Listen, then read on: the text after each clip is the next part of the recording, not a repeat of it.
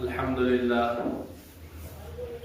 لله وحده والصلاة والسلام على عباده الذين اصطفى والقائمين بالقسط من الناس. أما بعد عباد الله، لا نجد عبادة تلزم الإنسان كالصلاة، فهي ملازمة له حال صحته ومرضه، حال أمنه وخوفه، حال سفره وحضره، ملزم بها قائما أو قاعدا أو مضطجعا أو مستلقيا. ولا عقوبة لمن ينكر الصلاة أو يتركها عمدا عند جمهور العلماء، إلا القتل كفرا أو حدا على خلاف بينهم، وهي من أجل وأهم مباني الدين بعد التوحيد، ومحلها في الدين محل الرأس من الجسد، فكما أن لا حياة لجسد بلا رأس، كذلك لا دين لمن لا صلاة له. قال عليه الصلاة والسلام: رأس الأمر الإسلام وعموده الصلاة، وذروة صنامه الجهاد في سبيل الله. والصلاة مقياس الأعمال، فإن صلحت صلح سائر عمله، وإن فسدت فسد سائر عمله. ففي الحديث: أول ما يحاسب العبد يوم القيامة الصلاة، فإن صلحت صلح سائر عمله، وإن فسدت فسد سائر عمله. والصلاة دعامة كل الشرائع السماوية، فلم يخل دين منها، ولم تنسخ فيما نسخ منها، إذ لا خير في دين لا صلاة فيه. لذا نجدها عند جميع الرسل، والآيات في ذلك كثيرة، كما قال إبراهيم عليه الصلاة والسلام: رب اجعلني مقيم الصلاة ومن ذريتي. وقال رسول الله صلى الله عليه وسلم: إنا معاشر الأنبياء أمرنا أن نعجل إفطارنا ونؤخر سحورنا ونضع أيماننا على شمائلنا في الصلاة، وهي براءة من النار ومن النفاق.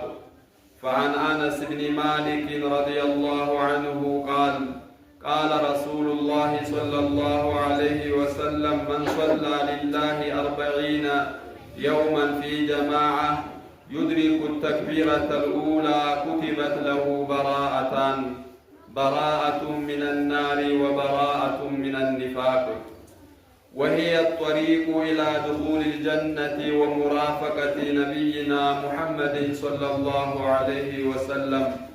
عن ربيعة بن كعب الأسلمي رضي الله تعالى عنه قال: كنت أبيت مع رسول الله صلى الله عليه وسلم، فأتيته بوضوئه وحاجتي، فقال لي: سل. فقلت: أسألك مرافقتك في الجنة. قال: أو غير ذلك؟ قلت: هو ذاك. قال: فأعني على نفسك بكثرة السجود. أقول ما تسمعون، أستغفر الله العظيم لي ولكم ولسائر المسلمين فاستغفروه، إنه هو الغفور الرحيم والبر الكريم.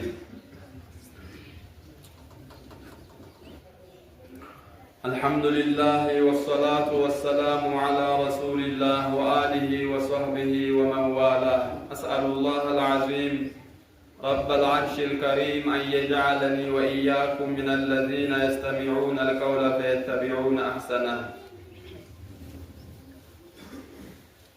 أسرار الصلاة كصلاة قارئ تيازنو يزاريون خطبة. عند شيخ كتاب التوحيد ያቀራሉ። በተደጋጋሚ ሁሌ ተውሂድ ብቻ ያቀርባቸው ስለነበረ ያ ሼክ ሌላም ነገር ጨምሩልን አሏቸው። እሺ እውነት ነው ከገባችሁማ እንቀጥላለን ሌላውን አሉና እንዴት እንደገባቸው ሊፈትሹ ፈልገው የሆነ ወሬ ሰማሁሳ እስኪ እናጣራለን አሉ። ምንድነው የሰማችሁ ሲሏቸው እዚሁ እኛው መንደር ላይ አንድ ሰው ቤት ሰርቶ አዲስ ሲገባ በበሩ ላይ በግ አርዶ ደም አፍስሶ ረግጦ ገባ አሉ። እስኪ ይሄ ነገር እውነት ከሆነ እናጣራለን አሉ። አላህ ይህዲህ ብለው ቀለል አድርገው ብዙም አልከበዳቸውም። የተነገራቸው ሰዎች ማለት ነው። ስለ ተውሂድ የቀራ ሰው እውነት ይሄን በምን ይመለከተዋል ብለው ነው። ሌላ ጊዜ ቆይተው አይ ነገሩን ሳጣራ እንደዛ እንዳልኳችሁ ሳይሆን ያደረገው ለአዲስ ቤት ምርቃቱ ከእናቱ ጋር ነው መጥፎ ነገር ግንኙነት ያደረገው አሏቸው። ወነዑዙ ቢላህ ብለው ሁሉ ማበዱ። ማንኛው ይብሳል ብላችሁ ነው እናንተ? ስለዚህ አልገባቸውም። የተውሂድ ኪታቤን አምጡልኝ አሉ። በር ላይ በግ አርዶ ደም ረግጦ መግባት ማለት ምን ሽርክያት ነው። ሌላ አሁን ሁለተኛ ያልኳችሁ ደግሞ ምናልባት ሚነል ከባኢር ነው የሚሆነው። ይቅድሙ ሳይከብዳችሁ ይሄ እንዴት ከበዳችሁ ማለታቸው ነው። እና እኔም የፈለኩት የሶላት ጉዳይ ብደጋግመውም ገና ሱቢሁና ጁሙዓው ተመሳሳይ እስከሚሆን ድረስ ስለ ሶላት እናወራለን። ብዙ ለውጦች ቢኖሩም ገና ብዙ ይቀራል። ጁሙዓን ብቻ የሚሰግድ ሰው አለን በውስጣችን፣ ጀማዓን የማይሰግድ ሰው አለ። ስለዚህ የሶላት ጉዳይ ደግመን ካላወራ ነው ገና ነው ማለት ነው። እንድትሰለቹም አይገባም። ዛሬ ግን እያነሳ ያለው አስራሩ ሶላት ይላል። ሶላት ከሚለው ጀርባ ምን አለ ታስቧል? ሌላ እያንዳንዱ ነገር እኛ ሳይገባን ነው እንጂ አላህ የደነገገው ነገር ሁሉ ከበስተጀርባው ሌላ ግልባጭ አለው የሚነበብ ሌላ ብዙ ፋኢዳ አለው። ስለዚህ ከሶላቱም እናያለን። ዘካ አውጡ ስንባል ምንድነው ከበስተጀርባው ምን አይነት ፋኢዳ ይዟል? ጾምም እንደዛው፣ ሐጅም እንደዛው። ሁሉንም በጊዜው የምናየው ይሆናል ኢንሻአላህ። ለምሳሌ ሐጃጆች ዛሬ ከመላው ዓለም በአሁኑ ሰዓት አንድ ቦታ ላይ እየጎረፉ ያሉበት እውነት ዝም ብሎ እዛ ደርሶ መምጣት ብቻ ነው ወይስ ሌላ ከበስተጀርባው ፋኢዳ አለው? በጣም እጅግ በጣም ፋኢዳ አለው። እንደዚህ አይነት አስራሮቹን ሂከሞቹን የምናይበት ነው። ስለ ሶላት ዛሬ ያው የመጀመሪያው ባዕደ ሸሃደተይን እሱ ስለሆነ እሱም ላይ ዛሬ በደንብ አድርገን ደግመን እናየዋለን። ሶላት ከሁሉም ዒባዳ የተለየ ለመሆኑ ሁሉንም ሰው የሚመለከት ነው። ላ ነጅዱ ዒባደተን ቱልዚሙ ልኢንሳን እንደ ሶላት የሚሆን ሁሉን አካታች ሁሉን የሚመለከት ዒባዳ የለንም እንደ ሶላት። ምክንያቱም የሶላት ጉዳይ በማንኛውም ሁኔታ የታመመም ሰው ጤነኛም ሰው ግዴታ አለበት። ፊ ሓሊ አምኒሂ ወኸውፊሂ ሰላም ሲሆንም በስጋት ላይም እያለ ጦር ሜዳ ላይ እንኳን እንዴት እንደሚሰግዱ ደነገገ እንጂ በቃ ተውት አላለም። በማንኛውም ጊዜ የማይቀር ዒባዳ ሶላት ነው። ሌሎቹ ሲመችና ሲኖር ነው የሚደረጉት። ሶላት ግን መቼም የማይቀር መሆኑ ከሌላው ዒባዳ የተለየ ነው። ሁሉም ሊሰማው ይገባል። በተለይ ሴቶችም ሆነ ወንዱ ወጣቱ የሶላትን ጉዳይ ብዙም የተገነዘብነው አይመስልም። ሓለ ሰፈሪሂ ወሐضሪሂ መንገደኛም ሶላት አይቀርለትም፣ ነዋሪም ሰው አይቀርለትም። ረመዳንን ብንወስድ መንገደኛ ከሆንክ መብላት ትችላለህ፣ ሌላ ጊዜ ሲመች ታወጣለህ። ፈመን ካነ ሚንኩም መሪዶን አው ዐላ ሰፈሪን ፈዒደቱ ሚን አያሚ ኡኸር ነገሮች ተመቻችተዋል ማለት ነው። ሶላት ግን እዛም አይቀርም። የታመመም ጤነኛም ካልቀረ ቆሞ መስገድ ካልቻለ ቁጭ ብሎ ይሰግዳል። የሶላት ጉዳይ ማንንም አይምርም ማለት ነው። ቁጭ ብለህ ካልቻልክ ተኝተህ ስገድ፣ በጀርባህም ተኝተህ ስገድ የተባለ ዒባዳ በዚህ ደረጃ የለምና ለሶላት ትኩረት ደግመን የምናወራበት ነገር ለዚህ ነው። ሶላት ትልቁ ዒባዳ ነው። እንደሚታወቀው ሌሎች ህጎች ሲመጡ መሬት ሆነው ነው። ሶላትን ግን ራሳቸው ሄደው ማምጣታቸው የሶላትን ግዝፈት ያሳያል። ባረከላሁ ፊኩም። በደንብ አድርጋችሁ እንድትሰሙኝና ያሰጋገዳችንም ላይ ይሄን ፋይዳ እንዳለው ስናይ የበለጠ የሚያበረታታን ነገር ነው። ሌላው ሶላት ከሁሉም የተለየ የሚያደርገው እንድናወራበትም የሚጋብዘን ነገር እንደ ዑለማዎቹ ወይም ጅምሁሮቹም አቋም ነው፣ በመተው የሚያስገድል ነገር ዒባዳ ሶላት ነው። ሶላት ኢማ ጁህደን አው ተሃውነን ቢሆን ሰውየው ይገደላል። ሶላት የማይሰግድ ሰው ያከፍራል፣ አንድ አቋም ነው። አለበለዛ ይገደላል የሚለው ላይ ወደ መስማማቱ የመጡ ነው። ሶላት የማይሰግድ ሰው ባዕደል ኢስቲታባ እስከዚህ ደረጃ የደረሰ በሶላት ብቻ ነው ያለው። ወሄ ሚን አጀሊ ወአህሚ መባኒ ዲን የዲኑ ዋናው ምሰሶ መሰረቱም እሱ ስለሆነ ነው። ሶላት ማለት ከዲን الإسلام ከሌሎቹ አንፃር ሲታይ في محل الرأس من الجسد ለኛ ለአካላችን ከአንገት በላይ ያለው ከሌለ ከዛ ውጭ ያሉት ባዶ ናቸው። ምናልባት ሶላት ከሌለ ሌላው የለም ማለት ነው። አንገቱ ተቆርጦ የሚኖር ሰው የለም። ሶላት የማይሰግድ ሆኖ እስልምና የለውም ማለት ነው። ግልጽ ይመስለኛል ቃላቱ። ስለዚህ የሶላት ጉዳይ በደንብ ነው መታሰብ ያለበትና ኢዝላ ሐያተ ሊጀሰዲን ቢላ ረእሲን አናት ጭንቅላት የሌለው ሰው ህይወት የለውም። እጁ ተቆርጦ እግሩ ተቆርጦ ሊኖር ይችላል። ሌላ አካሉ ላይ ጉለት ደርሶበት ሊኖር ይችላል። ከአንገት በላይ ሰላም ከሆነ ህይወት መኖር የሚታወቀው ከአናቱ ሲኖር ነው። ሶላት ማለት በዛ ሂሳብ ነው የሚሰራው። ረእሱል ኢስላሚ ረእሱል አምሪ الاسلام አሉ ያላህ መልእክተኛም የነገሮቹ ሁሉ ዋናው ኢስላም ሲሆን ወአሙዱሁ ሶላህ ምሰሶ ደግሞ መቆሚያው ሶላት ነው። ስለዚህ ምሰሶ እስልምናም መቆሚያው የቆመው በሶላት ነው። ወዚርወቱ ሰናሚሂ الجهاد في سبيل الله ዚርዋ ሻኛው ከላይ ጉልላቱ ውበቱ ቁባው ደግሞ ጂሃድ في سبيل الله ነው። በእነዚህ በሶስቶቹ ዋናና ምሰሶ መቋሚ ውበት ሆነው በዚህ ነው ዲን الاسلام የሚለካው። ሶላት ውስጥ እዚያ ውስጥ ነው የሚገባው። ሌላው የሶላት ጉዳይ ይሄ ሁሉ የምናወራው بعد الشهادتين ነው። የአቂዳው ጉዳይ ላኢላሃ ኢላላህ ጉዳይ ከተስተካከለ በኋላ ሶላት ላይ እንዲቆም ብለን ነው ማየት ያለብን። የሶላት ጉዳይ ሚቅያሱል አዕማል ሌሎች ስራዎች የሚለኩት በሶላት ነው።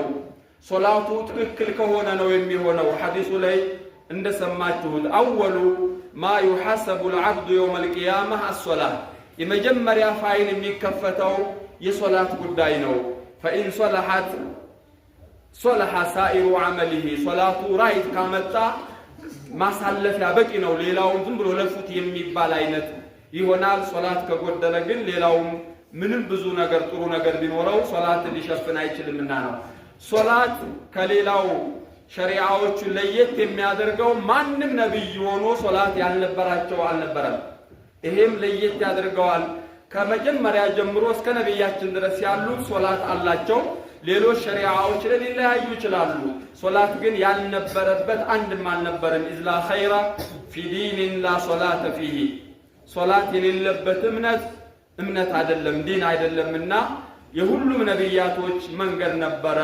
ረቢ ጀዐልኒ ሙቂመ ሶላህ ነብዩላህ ኢብራሂም ሲያደርጉት የነበረውም ዱዓ ይሄ ነው። የሁላቸውም የነብዩላህ እስማኤልም ታሪካቸው ቁርአን ላይ የሚነግረን ይህንኑ ነው የሚያሳየው። የአላህ መልእክተኛም በሐዲሳቸው ላይ ኢና መዓሽረል አንቢያ እኛ የአንቢያዎች የነብያቶች ቡድኖች ኡሚርና አን ኑዐጅለ ኢፍጣረና ወኑአኺረ ሱሑረና ይሉና ይናገራሉ።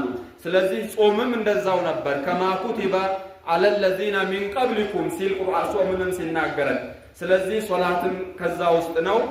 ቶሎ በጊዜ እንድናፈጥርና ሱሁርን ተእኺር እንድናደርግ ታዘናል ይሉና ወነضع ايماننا على اشمائلنا እጃችንን እንደዚህ ቀኙን በግራቻችን ላይ እንዲህ አድርገን ሶላት ውስጥ ስንቆም ታዘናል ሲሉ ሁሉም ነብያቶች ሶላት ይሰግዱ ነበር የሚለውን ነው የሚያሳየው። ሶላት በዚህ ደረጃ ነው ያለው። ሌላው ሶላት በራአ ሚነናር ወሚነ ኒፋቅም ያመጣል።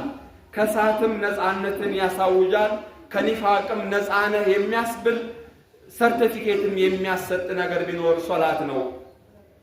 ባረከላሁ ፊኩም። የሶላት ጉዳይ ልሰለቹት የሚገባ አይደለም፣ ልንደጋግመውም እንችላለን። አሁንም ሶላት ይህንን በተመለከተም የሐዲሱ ላይ መን ሶላ ሊላሂ 40 የውመን 40 ቀን በተከታታይ ፊ ጀማዓትን ዩድሪኩ ተክቢረተል ኡላ የመጀመሪያውን ከኢማም ጋር ተክቢረተል ኢህራም ሳያመልጠው አንድን ሶላት በተከታታይ ለ40 ቀናት ጀማዓ የሰገደ ሰው ጀማዓ ብቻ አይደለም፣ አንድ ረካዓ ሳያመልጠው ብቻም አይደለም፣ ተክቢረተል ኢህራም ኢማሙ ያህርማል፣ አላሁ አክበር አብሮ ያህርማል። በዚህ ደረጃ በጣም ትፈትናለች፣ ከባድ ናት። ይችን እንደምን የሚያሳካ ሰው 40 ቀን ይሄ ከረሱል የተነገረው ሐዲስ ነውና ኩቲበት ለው በራአታኒ ሁለት የነፃነት አዋጅ ይታወጅለታል። በራአቱ ሚነ ኒፋቅ ወበራአቱ ሚነ ናር። በቃ የሰው ልጅ የሚያሰጋውም ይሄው ነው፣ የሚፈልገውም እነዚህ ብቻ ነው። ከኒፋቅ ነፃ ከሆነ ከሳት ነፃ ከተባል ፈመን ዙሕዚሃ አን ናሪ ወኡድኺለ አልጀና ፈቀድ ፋዝ። ስኬት ማለት ይሄ ነው። አንድ ሰው ከእሳት ነፃ መሆኑን አውቆ የጀነት መሆኑ ከተረጋገጠለት ሌላ ምንም ሀጃ የለውም። ይሄው ነው የሁላ ሰዎች ድካም፣ የሙእሚኖች የሁሉም የሰው ዓላማ ከዚህ ከሁለቱ ነገር ነው። ከእሳት ነፃ ሆኖ የጀነት መሆንን ነው የሚፈልገውና ሶላት ላይ የሚገኘው ይሄ ነው። ሌላው ከሶላት ጋር በተያያዘ እንደው ግዳጅነቱን ብቻ ሳይሆን ማየት ያለብን ይሄን ሁሉ ከውስጡ ብዙ ፋይዳ ብዙ ሚስጥር ያለው መሆኑን ነው። ይሄንን እያይን ለሶላት የምንቦዝንበት ነገር መኖር የለበትም። ምክንያቱም ይሄን ሁሉ ትርፍ ያለው ከሆነ وهي الطريق الى دخول الجنه ومرافقه نبينا عليه الصلاه والسلام ጀነት ለመግባትም መንገዱ ይሄው ነው። ከነብዩም ጓድ ለመሆንም ደግሞ ይሄው ሶላት እንደሆነ የሚያሳየው ሐዲስም የረቢዓህ ኢብኑ ከዕብ አልአስለሚ የሱ ታሪክ ላይ ይናገራል። ረቢዓ ረሱልን ይኻድም ነበር። ከሳቸው ጋር ሳድር የውሃም ዕቃም ነገር የሚኻድሙ የሚያስፈልጉ ነገሮችን እኻድማቸው ነበርና የአላህ መልእክተኛ ሙካፋአ ማድረግ ፈለጉ። ሱብሃንአላህ ማንም ሰው ምንም ቢያድርግ ለረሱል የዋሉልን ውለታ እኛም አልከፈልነውም ይችኑ አደረገልኝ ብለው ግን ውለታውን ሊከፍሉለት ነው።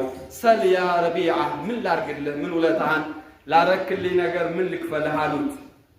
ሱብሃንአላህ هذا خلقه عليه الصلاه والسلام ولا تمنن تستكثر ምንም አድርገው ይሄን አድርጌያለሁ አይሉም። ይጭራሽ ለተደረገላቸው ይከፍላሉ። ሰል ያ ረቢዓ ሲሉት ፈቁልቱ አሰብኩኝ ይላል። ምን ልጠይቃቸው? ስለዚህ ጠይቀኝ ከተባለ የፈለገውን መጠየቅ አለበት። ስለዚህ አስአሉከ ሙራፈቀተከ ፊል ጀነህ አላቸው። እኔ የምፈልገው በጀነትም ካንተ ጋር አብሬ መኖር ነው አላቸው። የጀነት ረፊቃችሁ መሆን ፈልጋለሁ ሲላቸው አሁ ገይረ ዛሊክ አረን እንደዚህ ከባድ አይደለም፣ ከዚህ ውጪ ሌላ ጥያቄ የለኝም ሌላ ዱንያም ቢፈልግ ምንም ነገር ቢጠይቃቸው ዛሬ ይሰጠዋል። ምንም ነገር ቢደረግለት በቃ አስቦት ከዚህ በላይ የሚያሳስበው ነገርም የለም፣ ከዚህ በላይ ሀጃም የለም። ሙራፈቀተከ ፊል ጀነህ አልፈልግም፣ እኔ የጀነትም አብሬዎት መሆን ነው የምፈልገው አላቸው።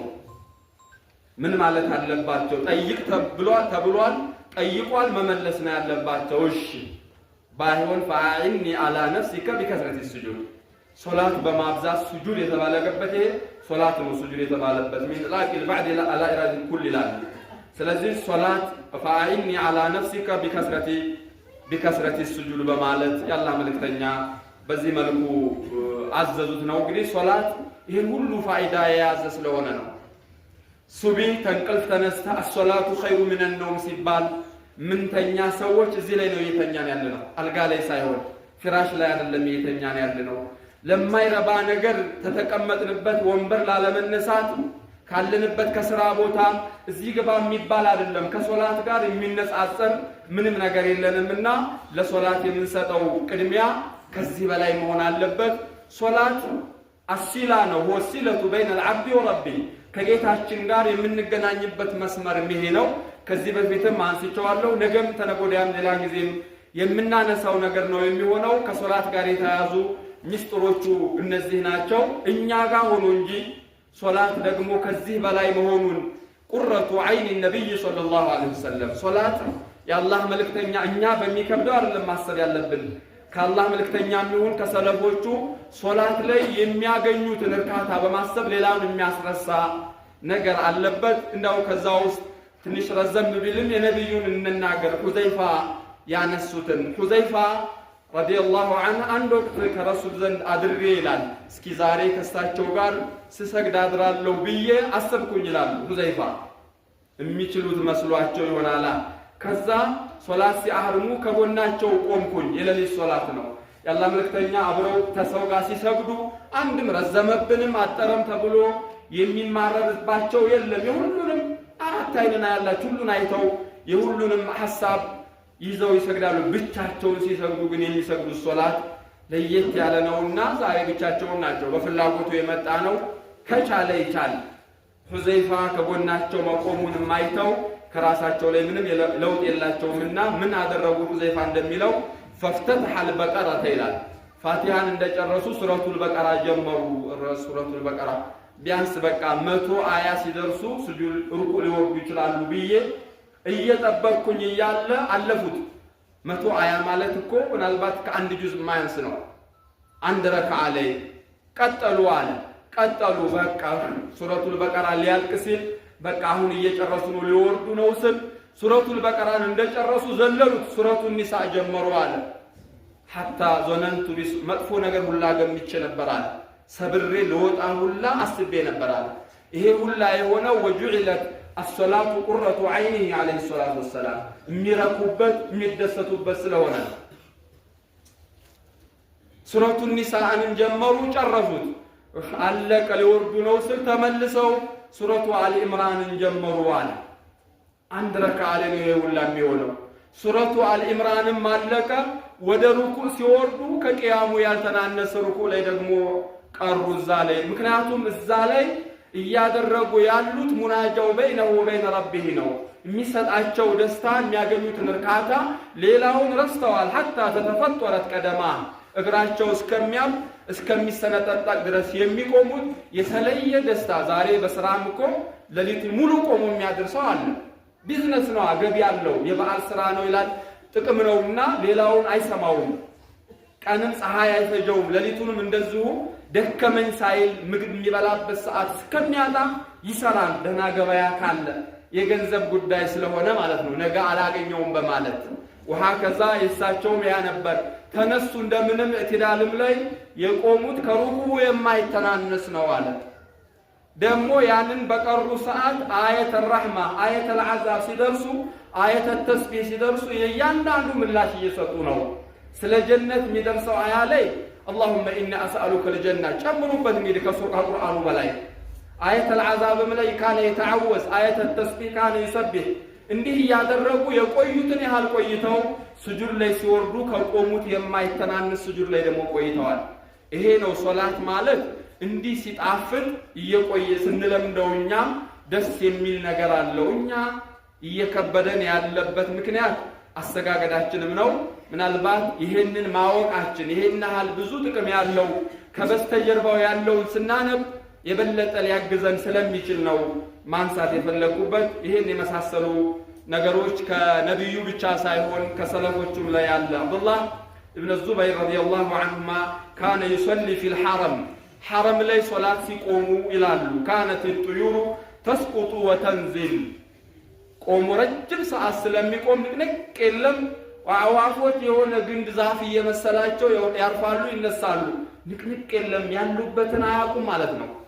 በሶላት ጋር ያላቸው ጉዳይ ነው። ሳቢት የሚባሉት ረሂመሁላህ ምን ይላሉ? اللهم إن كنت أذنت لأحد أن يصلي في قبره فأذن لي። የሶላት ጉዳይ እያሉ ሳይሆን ከሞትን በኋላም ልናጣው እንዳንችል በሚል አላህ ወይ ከሞቱ በኋላ ቀብር ውስጥ ሶላት እንዲሰግድ የሚፈቀድለት ሰው ካለ ለኔም ፍቀድልኝ እዛም እንድሰግድ ይላሉ። ያለውን ለዛ ነው ያለውን ሐላዋው ነውና ሶላት ስንሰግደው ከልብ ሲሆን ይሄንን ነገር ያመጣል። አንድ ችን ጨምሬ ልጨርስ። አቡ ረጃ የሚባሉ ረሂመሁላህ ምን አሉ?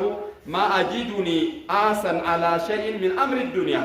እኔ ከዱንያ ዓለም ላይ ምናልባት እማዝነው ጉዳይ ቢኖረኝ የሚቆጨኝ ነገር ቢኖር ዱንያ ቢቀር ብዬ ዱንያ ሲቀር የሚቀርብኝ ነገር ቢኖር የሚያስቆጨኝ ኢላ አን ኡዐፊረ ወጅሂ ፊ ቱራቢ ኩለ የውሚን 5 መራት ለረቢ ዐዘ ወጀል ይላል። በቀን በ5 ሶላቶችን ለአላህ ብዬ መሬት ላይ ስጁድ ተደፍቼ የማረገው ነገር እሱ ሲቀርብኝ ካልሆነ በስተቀር ከዱንያ ላይ ይሄ ቀረ ብዬ የሚቆጨኝ ነገር የለም ይላሉ። እዚህ ዱንያ ላይ መኖራቸው ሁላ የሚያስቡት ከዚሁ ከሐላዋው ጋር የተያያዘ ነው ማለት ነው። ስለዚህ ኢንካነት ፊ ዱንያ ጀነት ውስጥ እንዲህ አይነት ኒዕማ ካለ እውነትም ጀነት ኒዕማ ነው የሚሉት ከአላህ ጋር የሚያደርጉትን ሙናጃ ነው። ይሄን ሶላት ነው እኛ አረባካችሁ እየተባለን የምናረገው። ጁሙዓ ሲሆን መስጊዶችን የምንሞላው፣ ሱቢ ሲሆን በ2 በ3 ሶፎች ባዶ የሆነ ያለነው እየተኛንበት ያለነው ነገር ይሄንን የመሳሰለ ነገር ላይ ነው ማለት ነው። እና እኔንም እናንተንም በሰማነው እንጠቀም አላህ አድርገን። ቀጣይ እንደዚሁ አህካሞቹን ማነው ህከሞቹን አስራሮቹን የምናይበት ይሆናል ኢንሻአላህ። جعلني الله وإياكم من الذين يستمعون القول فيتبعون أحسنه. عباد الله صلوا وسلموا على من أمرتم بالصلاة عليه إن الله وملائكته يصلون على النبي يا أيها الذين آمنوا صلوا عليه وسلموا تسليما. اللهم صل على محمد وآل محمد كما صليت على إبراهيم وآل إبراهيم في العالمين إنك حميد مجيد. وارض اللهم عن أربعة الخلفاء أئمة الهدى أبي بكر وعمر وعثمان وعلي وعن بقية الصحابة والتابعين وعنا معهم برحمتك يا أرحم الراحمين. اللهم أعنا على ذكرك وشكرك وحسن عبادتك. اللهم أعنا على ذكرك وشكرك وحسن عبادتك. اللهم حبب إلينا الإيمان وزينه في قلوبنا وكره إلينا الكفر والفسوق والعصيان واجعلنا من الراشدين. توفنا مسلمين وألحقنا بالصالحين برحمتك يا أرحم الراحمين. اللهم تقبل منا القليل واعف عنا الكثير ولا تؤاخذنا بالتقصير. غفرانك ربنا وإليك المصير. ربنا آتنا في الدنيا حسنة وفي الآخرة حسنة وقنا عذاب النار.